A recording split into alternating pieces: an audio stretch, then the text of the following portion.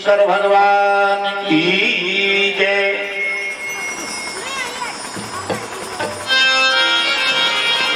कल की कथा का प्रसंग भागवत के महात्म की कथा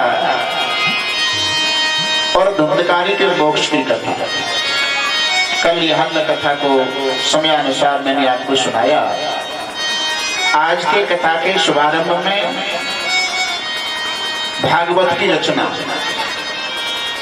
भागवत के प्रवक्ता सुखदेव जी महाराज का प्रादुर्भाव और भागवत के आधार परीक्षित महाराज का प्रादुर्भाव कैसे होता है, ये कथा आज मैं आपको सुनाऊंगा। नारायणं नमस्कृत्यं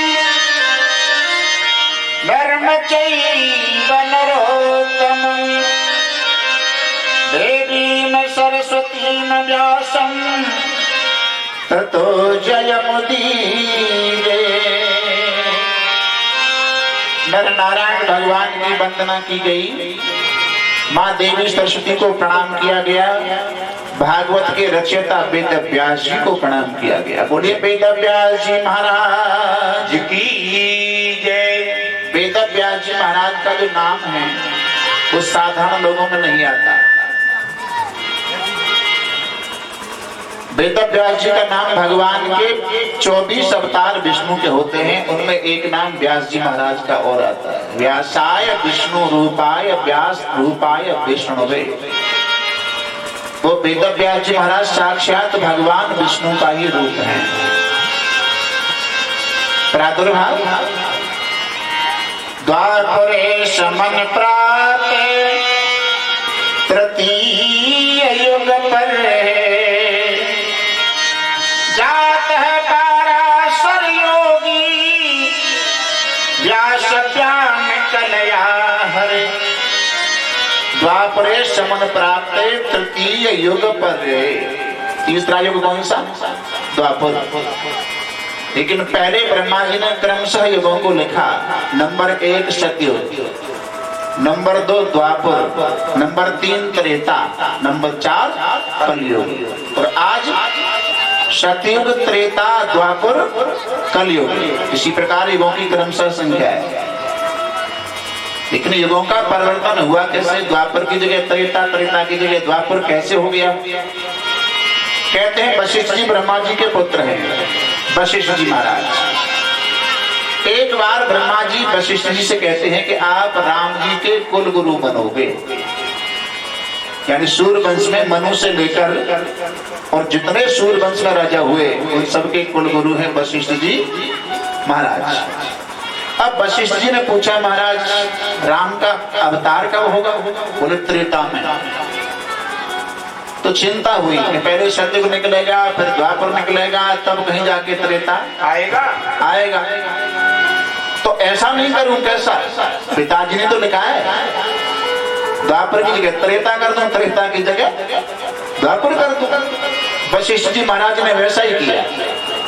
और जब ब्रह्मा ने युगों को देखा कि मैंने लिखा था सतयुग द्वापर त्रेता कलयुग और अब लिख रहा है कि सतयुग त्रेता द्वापर कलयुग, ये गलती किसने की है?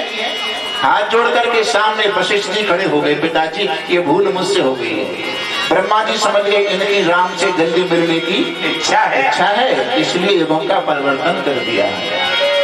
तो तीसरे युग में द्वापर में पाराशर जी के यहाँ व्यास जी महाराज का प्रादुर्भाव होता है। लेकिन पहले उनका नाम व्यास जी नहीं था, पहले उनका नाम रखा गया था वादरायण।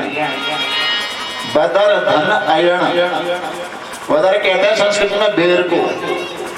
यानी वो व्यास जी पहले इतनी कठिन साधना करते थे कि अन्न नहीं खाते, फल वगैरह बेर वगैरह खाते थे, इसलिए लक्षण प्रमाण से उनका नाम रख दिया वादरायण। भागवत में कई बार आया है, पंडित जी पाठ कर रहे हैं, मूल पाठ कर रहे हैं, उसमें वादरायण उवाच, उवाच माने कहना। वादरायण ने कहा, और वादरायण से बदलकर नाम वेद व्यास जी क्यों पड़ा? ब्रह्मा ने एक वेद बनाया और उस वेद के 4 भाग वादरायण ना किए, इसलिए वादरायण से बदलकर नाम पड़ गया वेद व्यास जी महाराज की जय। 4 वेद बना दिए, 17 पुराण बना दिए। शम्यापरास नदी के किनारे आश्रम है, लेकिन फिर भी व्यास जी के मन को संतुष्टि नहीं है। भाव क्या है? 4 वेद बनाए, 17 पुराण बनाए, 6 शास्त्र बनाए, लेकिन खुद के ही मन को संतुष्टि नहीं मिल पाई। तो गोस्वामी जी महाराज कहते हैं, स्वांत सुखाय तुलसी रघुनाथ गाथा। ऐसे भगवान की कथा कहने से, लिखने से, सुनने से कोई फायदा नहीं, जिसके द्वारा अपने ही मन को संतुष्टि नहीं मिले। जब मुझे ही संतुष्टि नहीं मिल रही है, तो ये लोग पढ़ेंगे, इनका पाठन करेंगे, उनको संतुष्टि कैसे मिल पाएगी?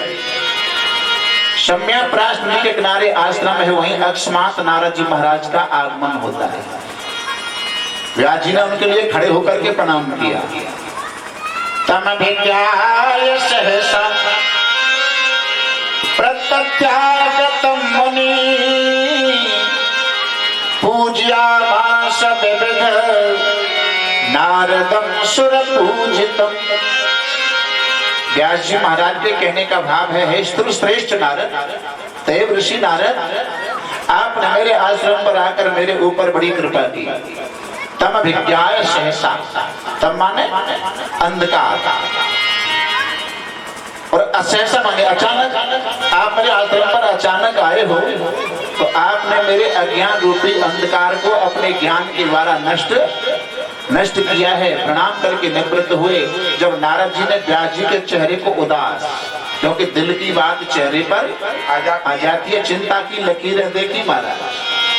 अरे महाराज, आपको चिंता? आप तो विष्णु के अवतार हो, 4 वेद बना दिए, 17 पुराण बना दिए, फिर भी आपका मन शांत नहीं है, अशांत है। बोले महाराज, कारण यही है, इतनी रचना करने के बाद मेरे ही मन को संतुष्टि नहीं मिल पाई, तो और पढ़ने वाले लोगों को क्या संतुष्टि मिलेगी? नारद जी कहते हैं, अभी तक आपने निराकार की कल्पना की है, निराकार की, और आज के हमारे 3 तारीख है ना, आज 3 तारीख का सत्संग है पीली घड़ी। महीने की कोई भी तारीख खाली बिना सत्संग के नहीं है, हर तारीख में सत्संग लग रहा है। लेकिन जब हमारे सत्संग करते हैं ना, तो कोई तो निराकार का निरूपण करते हैं, कोई साकार का ही निरूपण करते हैं। लेकिन हमारे पंडित जी कह रहे भाई, कोई न कोई बात पल्ले पड़ी जाती है। क्या कह रहे? पर महाराज ने बताया, झूठा परस्तरी कहता है, बाग और का हूं तो परस्तरी झूठा, मैं परस्तरी झूठा जो हूं तो है कि दारू ज्यादा हो और सीमेंट कम हो, तो सीमेंट चाहे जब खराब हो जाएगा, और पूरा ही सीमेंट हो तो ऐसा परस्त रह जाएगा कि फिर वो टूटने वाला नहीं है। जो आदमी अपनी बात पर दृढ़ हो गया, चाहे भले ही झूठी है, दृढ़ हो गया, अपनी बात पे हटा ही नहीं, बातें कहते हैं झूठा परस्तरी। लेकिन जिसके लिए आप आरती बोलते ना शाम को मंदिर में, क्या कहते हो? तुम हो एक अगोचर में 3 पद हैं, आ गोचर। आ माने नहीं, गो माने इंद्रियां, चर माने पहुंच। और गीता में भगवान कहते हैं, यतो वाचो निवर्तन्ते अप्राप्य मनसा सह, जहां से मन और वाणी दोनों की गति लौट आती है, ऐसा है वो परमात्मा, वो इंद्रिय का विषय है ही नहीं। तो हम निराकार को भी वाणी से निरूपण कर रहे हैं, साकार का भी वाणी से निरूपण कर रहे हैं, और वो वाणी का विषय है ही नहीं, तो निरूपण कैसे कर सकते हो? वेद का एक सूत्र है, योषा बादित्येश हिरण्यगर्भेत्येषा। सूर्य मंडल में जो पुरुष जैसा एक सुबह सुबह दिखाई देता है, वही उस ब्रह्म की मूर्ति है। वो परमात्मा निराकार है, मान लिया निराकार है, उसका कोई आकार नहीं है, आकार नहीं है, निराकार है। वही परमात्मा निराकार है, नरमाने मनुष्य के आकार का है। राम और कृष्ण निराकार में ही अवतार लेकर के आते हैं। वही निराकार है, वही निराकार है, वही निराकार है।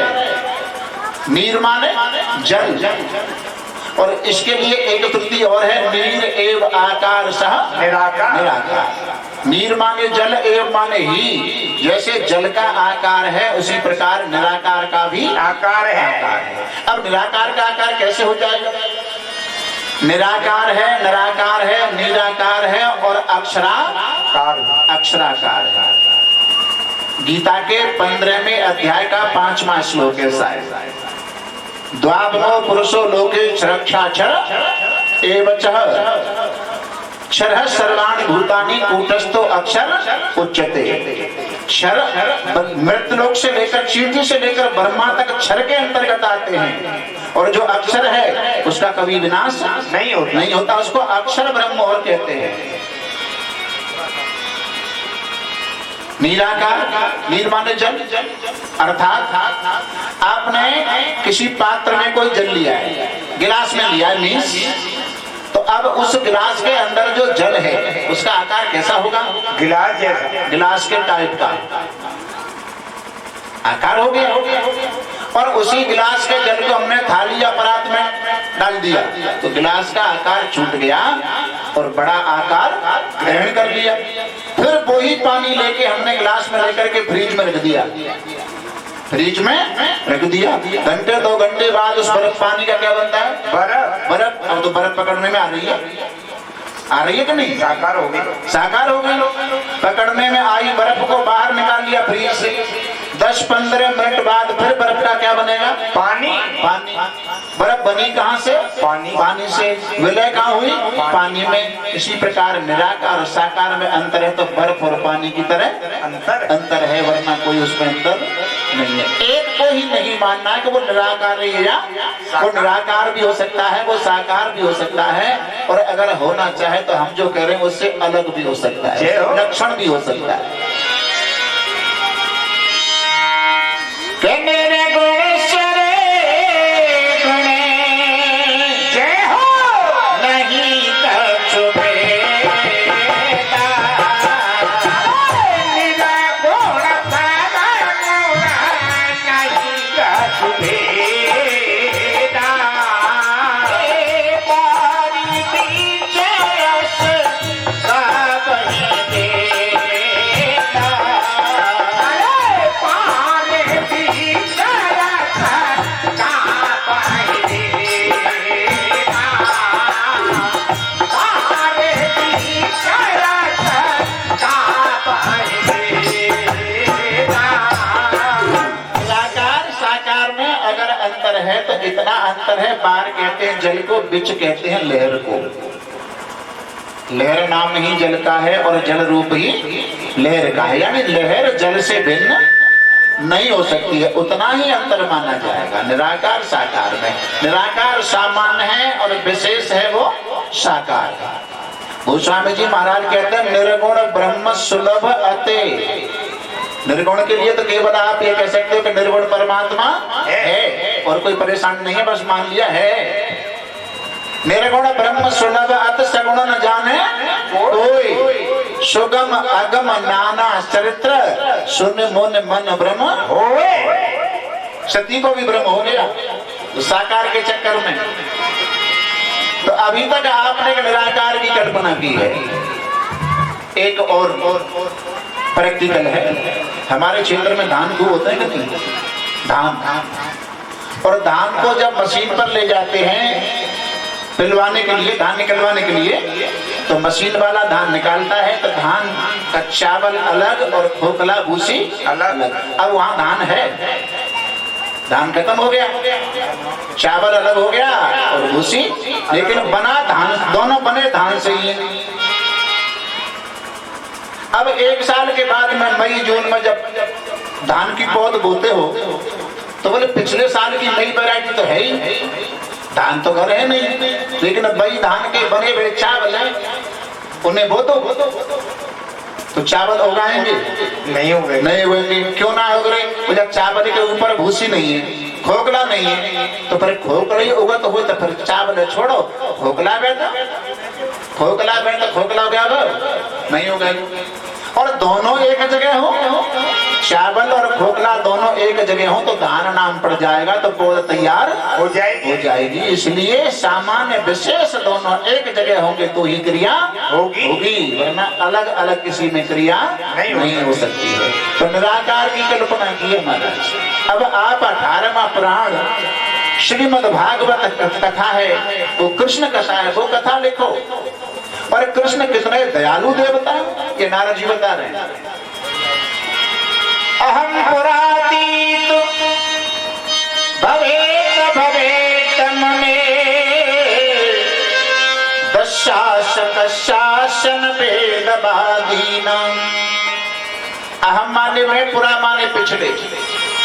अपने पिछले कल्प की कथा बता रहे हैं। मैं पिछले कल्प में एक दासी का पुत्र था। कौन? नारद जी। पिछले कल्प में दासी का पुत्र था और मेरी मैया के इकलौता पुत्र, और मैया बहुत गरीब थी। गरीब। अच्छा, गरीब किसे कहते हैं? गरीब पुंजा के पास में फूटी कौड़ी नहीं हुए वो गरीब है। पैसा वाले धनवान, जिनके बंगले बने हुए हैं वो धनवान। ये तो हो गई आपकी साधारण सी परिभाषा। लेकिन गरीब वो हैं, कबीरा सब जग निर्धना धनवंता नहीं कोई। सभी निर्धन है, सभी गरीब है, और धनवंता हाथों तक कौन है कि धनवंता जाए जानियो जब राम नाम धन होए। जिसके पास में राम नाम रूपी धन है वही आदमी सबसे धनवान है। स्वामी विवेकानंद अपनी परिभाषा में कहते हैं कि पंचवाक्य सुशलारमंत कोपीनवंत कलवाक्यवंत। वो व्यक्ति धनवान है, एक लंगोटी लगाकर जंगल में परमात्मा के नाम का चिंतन करता है, वो धनवान है। गरीब होना बुरी बात नहीं है। बुरी बात यह है कि सब कुछ होते हुए ठाकुर जी को भूल जाए। सब कुछ दिया है तो किसने दिया है? अरे ठाकुर जी ने दिया है, फिर भी उसको भूल जाए। उससे बड़ा और कोई गरीब नहीं हो सकता भैया।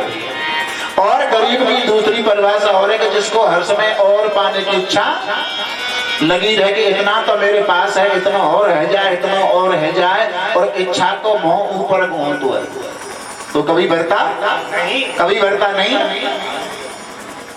लेकिन धनवान कौन है और गरीब कौन है ये बता रहे हैं। ज्ञानी लोग अपनी आत्मा को धन मानते हैं और भगवान के भक्त अपने प्रभु के नाम को धन मानते हैं।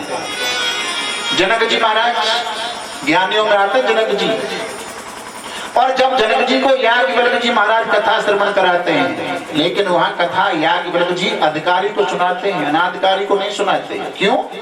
जब तक जनक जी कथा प्रांगण में नहीं आते तब तक कथा का शुभारंभ नहीं होता, और उनकी इच्छा कथा को विराम देने की नहीं होती तब तक कथा को विराम भी नहीं देते। अब अन्य लोगों ने कहा बोले हम तो बेकार के आते हैं पांडाल में, ये तो इनको ही कथा सुनाते हैं। उनके उस भ्रम को दूर करने के लिए याज्ञवल्क्य जी महाराज अपने योग बल से जनक जी के महलों में आग लगा देते हैं। कोई सेवक सूचना है कि महाराज कथा बंद कराओ, आपके महलों में आग लग चुकी है। जनक जी ने सुना तो कहा सेवको अंत वित्तम में वित्तम मिथिलायाम प्रपदयाम न में दयात किंचन। मैं ऐसा धन कमा रहा हूं जिसका कभी नाश नहीं होता। गीता में भगवान कहते हैं नैनम सिद्धंत शस्त्राणि नैनम दहति पावकः न चैनम क्लेदन्त्या पुनः मारुतः। ऐसा आत्मा रूपी अजर अमर धन है जिसे कोई हथियार काट नहीं सकता है, आग जला नहीं सकती है, वायु सुखा नहीं सकती है। ऐसा आत्मा रूपी अजर अमर धन तुम्हारा। ये ज्ञानियों का धन है, आत्मा रूपी अजर अमर धन। और प्रभु के भक्त अपने ठाकुर के नाम को धन मानते हैं। और भक्तों में मीरा आती है। मीरा की कथा को तो टीवी पर कैसेट में आप सब लोग सुनते हो। ये कथा आती है ना, वो मीरा उन भक्तों में आती है। कल मैंने एक श्लोक गीता का बोला, अनन्या चिंतयन्तु माम ये जना परिपास्ते तेषां नित्याभ्युक्तानां योगक्षेमं वहाम्यहम्। भगवान कृष्ण अर्जुन से कहते हैं, अर्जुन जो भक्त मेरी अनन्य भाव से भक्ति करता है उसका योगक्षेम, उसका पालन पोषण करने की जिम्मेदारी मेरी है। मीरा बालपन से ही भगवान की सेवा करती है, छोटेपन से करती है। क्यों? भक्ति की अगर पद्धति बनानी है तो बालपन से ही बना लेनी चाहिए। छोटेपन से ही बना ले, अभ्यास बनाना पड़ता है। मीरा की शादी हुई ऐसे परिवार में जो नास्तिक लोग थे, भगवान को नहीं मानते, और मीरा का काम सुबह सुबह ठाकुर की पूजा के लिए फूल तोड़ के लाने हैं, ठाकुर को फूलों से सजा करके उनका श्रृंगार करना है, सेवा करनी है। और उनके जो परिवार वाले वो विरोध करते हैं।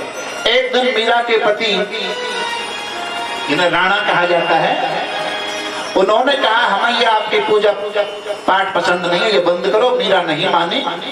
तो जिस टोकरी में मीरा फूल तोड़ करके लाती है, उस पति ने यहां तक किया कि किसी सपेरे के द्वारा सर्प पकड़वा करके टोकरी में रखवा दिया। सुबह टोकरी को उठा के ले जाएगी, सर्प डस लेगा, इसका प्राणांत हो जाएगा। लेकिन जाको राखे साइया मार सके ना कोई।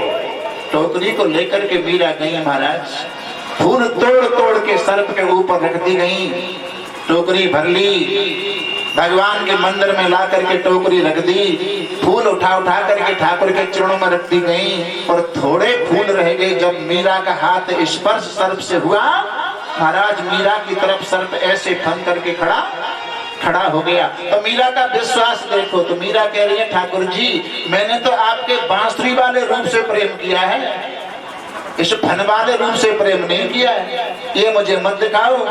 तो आज वो मीरा के सामने सर्प फन दिखाता हुआ, ये मीरा का विश्वास है। मीरा की तरह विश्वास। किसी भक्त के हाथ में गीता लग रही है, गीता, और गीता के ऊपर पहले जो पृष्ठ होता है, ऊपर पहले वहां भगवान कृष्ण अर्जुन को गीता का उपदेश करते हुए रथ पर सवार, ये चित्र होता है। और गीता को हाथ में लेकर के आदमी एक रो रहा है, कोई आदमी रो रहा है। अब वहां दो चार आदमी खड़े, बोले भाई इसके हाथ में गीता है और ये आदमी रो रहा है। गीता तो रोना बंद कराती है। अर्जुन रोए तो थे, परिवारजनों को देखकर मैं नहीं लड़ सकता, मोह हो गया। और गीता के माध्यम से अर्जुन के मोह को भगवान ने दूर किया। बोले गीता तो रोना बंद कर दी, आदमी रो क्यों रहा? एक आदमी बोला, बोले गीता के श्लोक संस्कृत में पढ़ो लिखो ना है, कोई जे पढ़ो लिखो ना, जा हमारे रो का गीता के श्लोक पढ़ना शुरू। तो इसे पूछ लेना क्यों रो रहा है। गीता को हाथ में लेकर के जब देख करके रो रहा था, तो पूछा भैया गीता का रोना बंद कर दिया, तुम रो क्यों रहे हो? तो उसने कहा कि मैं इसलिए नहीं रो रहा कि गीता रोना बंद करती, लेकिन इसलिए रो रहा हूं, इस अर्जुन को दया नहीं आ रही भगवान के ऊपर। ये टेढ़ी गर्दन करके कब से इसको समझाने में लगे, लेकिन इसकी समझ में बात नहीं आ रही है। भगवान जैसे समझाने वाले, अर्जुन जैसा समझने वाला, फिर भी बात समझ में नहीं आए, बड़ी विडंबना की बात है। इसको विश्वास कहते हैं, यानी मूर्ति को देख करके भी उसको ये लग रहा है कि भगवान की गर्दन में दर्द हो रहा होगा। अर्जुन को दया नहीं आ रही भगवान के ऊपर। ये भक्तों का धन है, नाम रूपी धन। वृंदावन बिहारी लाल की जय। आप 18वां पुराण श्रीमद् भागवत कृष्ण कथा लिखो। पिछले कल्प में एक दासी का पत्र था, मैया बहुत गरीब थी, कुछ महात्मा चतुर्मास करने के लिए। चतुर्मास का अर्थ होता है सावन के महीना में जो सत्संग कराया जाए, बातें चतुर्मास कहें। चतुर्मास करने के लिए आए, हमारे गांव में रुके, लेकिन मेरी माँ ने, नारद जी बता रहे हैं, मेरी माँ ने मुझे उन महात्माओं की सेवा करने में लगा दिया, गरीब होते हुए भी। प्यार में आकर के संतों ने मेरा नाम रख दिया रामदास। नाम क्या रख दिया? रामदास। और एक महीना ऐसा निकल गया, समय की मालूम भी नहीं पड़ी। और समय की मालूम कहाँ पड़ती है? वहां पड़ती जहां पर हमारा तुम्हारा मन नहीं लगता। और मन लग जाए तो साधना एक क्षण के समान कट जाते हैं महाराज। सत्संग को विराम देख करके जब महात्मा आगे चलने लगे, तो रामदास नाम के बालक ने संतों के चरण पकड़ लिए। महाराज आपने ऐसे कथा प्रवचन सुनाए हैं, अब मेरा मन इस गृहस्थ में लगने वाला नहीं है, मुझे तो अपने साथ ही ले चलो।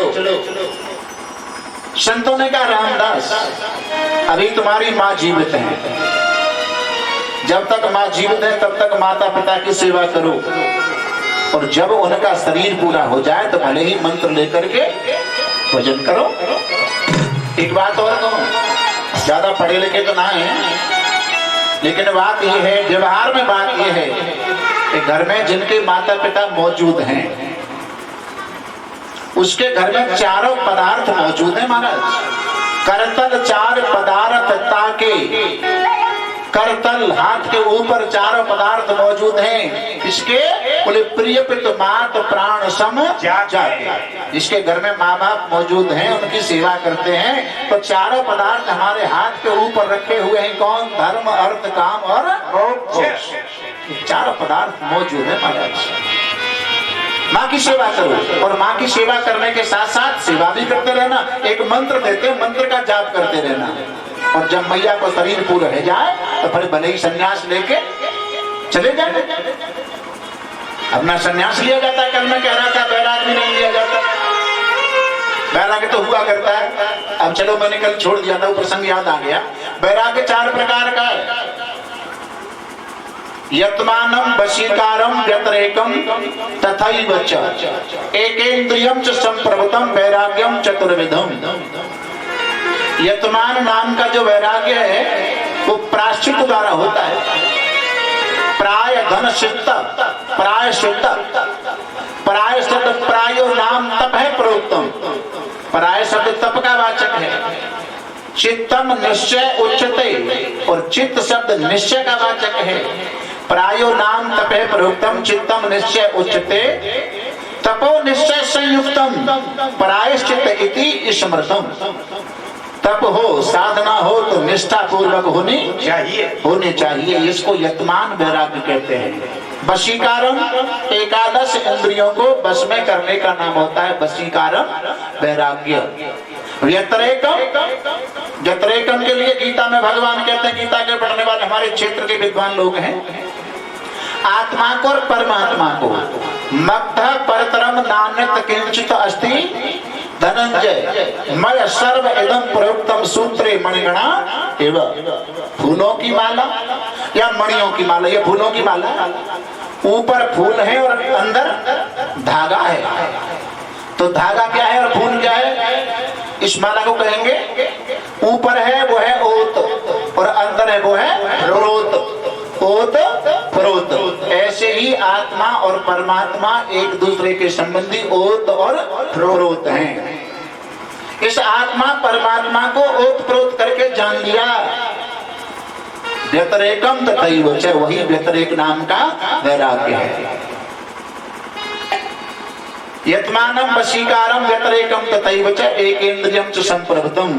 एकादश इंद्रियों को संयम में करने का नाम है। ये 4 प्रकार का वैराग्य होता है। इसी प्रकार संन्यास न लिया जाए न संन्यास दिया जाए। काम्या नाम कर्मन्यासम संन्यासम कवयो विधु सर्व कर्म फल त्यागम प्राहुष्यागम विचक्षणा। गीता का श्लोक ये बताता है कि अंतःकरण से इच्छाओं का उठना बंद हो जाए, कामनाओं का उठना बंद हो जाए, उसे कहेंगे न्यास। न्यास माने त्याग, न्यास माने त्याग, और संन्यास कह दिया तो त्याग का भी त्याग वो संन्यास। तो ना संन्यास लिया जाता है ना संन्यास दिया जाता है। न्यास तो अपने अंदर से हुआ करता है।